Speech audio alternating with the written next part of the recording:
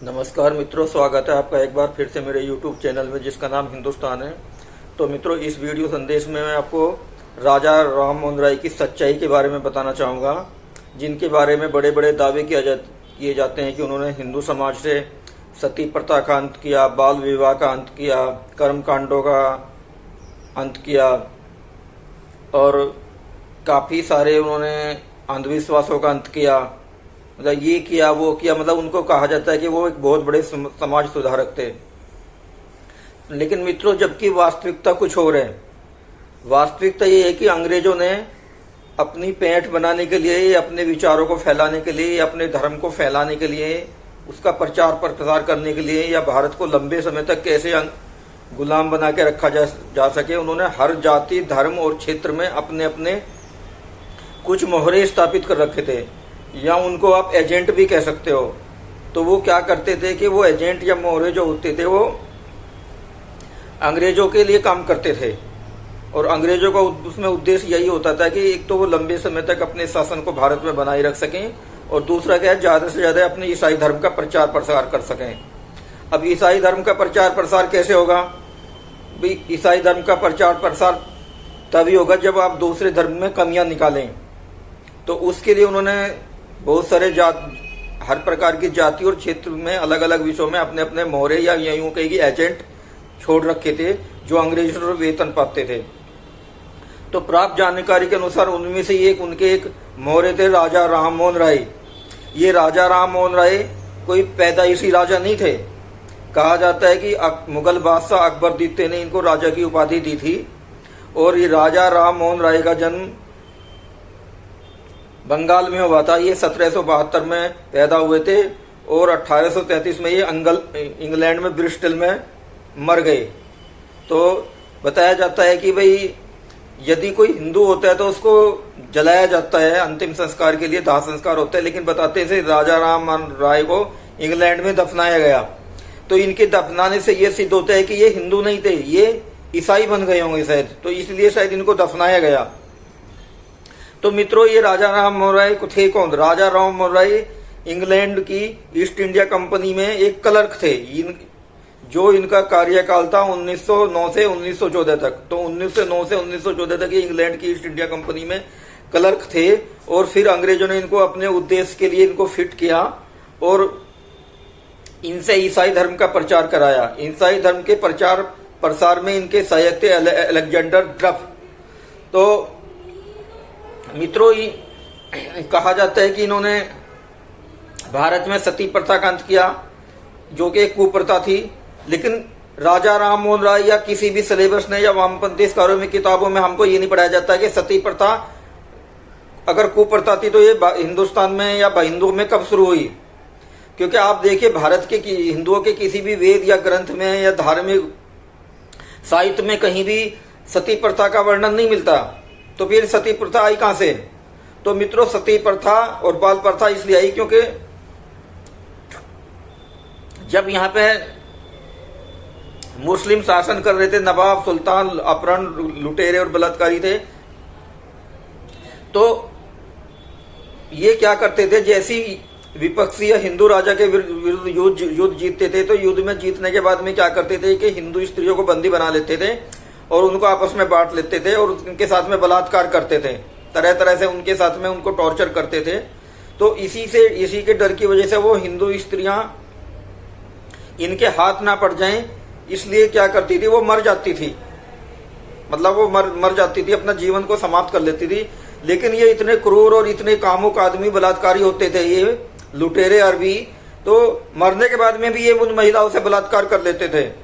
अभी भी कुछ समय पहले ऐसे उदाहरण आए थे कि कोई जिहादी व्यक्ति कब्र से निकाल के महिलाओं का बलात्कार करता था।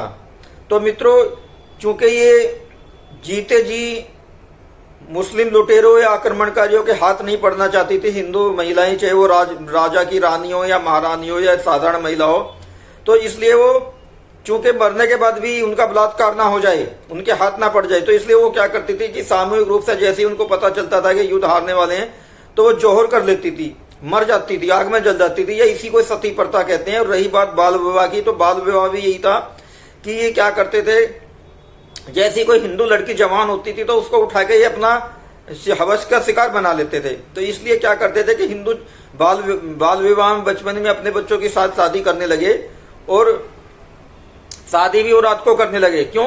क्योंकि दिन में जब हिंदू शादी करते थे तो ये लोग मुस्लिम अरबी लुटेरे जो होते थे, ये जिहादी 786 वाले, उनके विवाह संस्कार में बाधा डालते थे, और यहाँ तक कि विवाह संस्कार से ही या मंडप से ही हिंदू लड़की को उठा के ले जाते थे।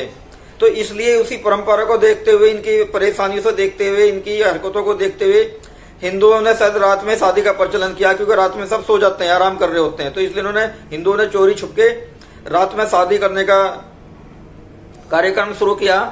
वरना तो हिंदुओं में रात को शादी करने का कोई रीति रिवाज नहीं है भाई। रात को तो प्रेत काल का समय होता है, और शादी तो शुभ कार्य है, तो शुभ कार्य रात को क्यों होगा? तो मित्रों, ये राजा राम राय अंग्रेजों के एक मोहरे थे, और इन्होंने क्या काम किया कि ईसाई शिक्षा का प्रचार करते थे। भारत में पहला कॉन्वेंट स्कूल कलकत्ता में खोला गया, और जिसमें बच्चों को एडमिशन की प्रवेश की जिम्मेदारी राजा राम मोहन राय को दी गई। तो राजा राम मोहन राय घूम घूम के बच्चों को एडमिशन के लिए इस कॉन्वेंट स्कूल में प्रेरित करते थे। और एक बार एक मेरे को वीडियो से पता चला कि ये वर्धमान में गए बच्चों को एडमिशन लेने के लिए, वहां पे एक किसान के पास में गए गांव में। तो इन्होंने कहा कि आप बच्चों को कॉन्वेंट स्कूल में डालिए। तो उस किसान ने पूछा कि भाई हम कॉन्वेंट स्कूल में क्यों डालें? तो राजा राम मोहन राय ने कहा कि भाई इससे आपके बच्चों को अंग्रेजी में शिक्षा मिलेगी। तो उन्होंने कहा अंग्रेजी शिक्षा से क्या होगा? तो उन्होंने कहा कि भाई ये अंग्रेज बन जाएंगे। तो उसने कहा भाई इससे हमें क्या मिलेगा? तो फिर अंग्रेज राजा राम मोहन राय कोई जवाब नहीं दे पाई। तो उन्होंने फिर एक सवाल और कहा कि भाई अगर ये आपका बच्चा कॉन्वेंट स्कूल में पढ़ेगा, अंग्रेजी में पढ़े, तो ये बच्चा आपका बच्चा टाई लगाएगा, कोट पैंट पहनेगा। तो उन्होंने कहा टाई क्या होती है? किसान ने कहा टाई क्या होती है? तो राजा राम मोहन ने कहा ये गले में गोल कपड़ा होता है, नीचे लटका रहता है। और तो उसने कहा, ये किसान ने कहा कि इससे हमको क्या फायदा होगा टाई लगाने से? तो राजा राम मोहन राय ने कहा कि जब अंग्रेजों इंग्लैंड में बहुत ठंड होती है, जब उनकी नाक आती है तो वो क्या करते हैं, वो शर्ट पहना पड़े तो इसलिए वो टाई से पोंछ लेते हैं। तो उस किसान ने कहा तो हमें क्या करना अपने बच्चों को टाई लगवा के? हमारे यहाँ तो गर्मी होती है, हमारे यहाँ तो कोई सर्दी नहीं होती, तो हमें तो हमारे बच्चों को तो टाई की कोई जरूरत नहीं है। तो मित्रों, राम मोहन राय वहां से क्या हुआ कि ये चुपचाप कान दबा के अपना चुपचाप भाग गए, और ये वहां से उस किसान को संतुष्ट नहीं कर पाए। तो मित्रों, ये राजा राम राय कहने के लिए राजा थे। इनको कहा जाता है कि इन्होंने ब्रह्म समाज की स्थापना की, हिंदुओं की कुरीतियों का अंत किया, बाल विवाह का अंत किया, सती प्रथा का अंत किया, कर्म कांड का विरोध किया, अंधविश्वास का विरोध किया। जबकि वास्तविकता है ये हिंदुत्व का विरोध करते थे।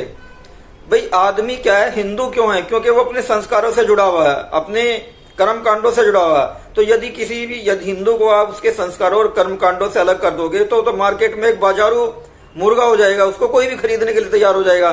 तो मित्रों, ये क्या करते थे, हिंदू धर्म से क्रिश्चियनिटी में प्रतिबंध कराने का प्रयास करते थे, और इस काम में इनकी सहायता करता था अलेक्जेंडर डफ। तो अभी पिछले कुछ हफ्ते भर पहले राजा राम मोहन राय की जयंती थी, तो लोग मूर्ख या ना समझ हिंदू उसका बड़ा गुणगान कर रहे थे। एक दो पोस्ट पे मैंने जब राजा राम मोहन का विरोध किया तो एक दो मित्र ने मेरे को ब्लॉक कर दिया। क्यों? क्योंकि मूर्खता या ना समझी हिंदुओं की एक जन्मजात बीमारी हो गई है। ना तो वो हिंदू ना समझ को जानता है और ना ही जानना चाहता है। इतना ही नहीं, यदि उसको कोई जगाने का या जागरूक करने का प्रयास करता है तो ना समझ हिंदू उल्टा समझाने वाले कोई उल्टा सीधा कह ब्लॉक कर जाता है। तो मित्रों, राजा राम मोहन राय का पर्दाफाश करते हुए ये अंग्रेजों के मोहरे थे, ईसाई शिक्षा का प्रचार करते थे, और कॉन्वेंट स्कूल में बच्चों को एडमिशन के लिए प्रेरित करते थे, उनके लिए घूम घूम के, क्योंकि इनको स्कूल में एडमिशन के लिए बच्चे लाने का कार्यभार दिया गया था। तो कॉन्वेंट स्कूल क्या होता है इसके बारे में किसी में अगले वीडियो में आपसे चर्चा करूंगा। तो मित्रों, राजा राम राय का पर्दाफाश करते हुए या इनकी सच्चाई बताते हुए मेरा ये वीडियो संदेश आपको कैसा लगा, कृपया आप करके आप कमेंट बॉक्स में मेरे को बताइएगा जरूर।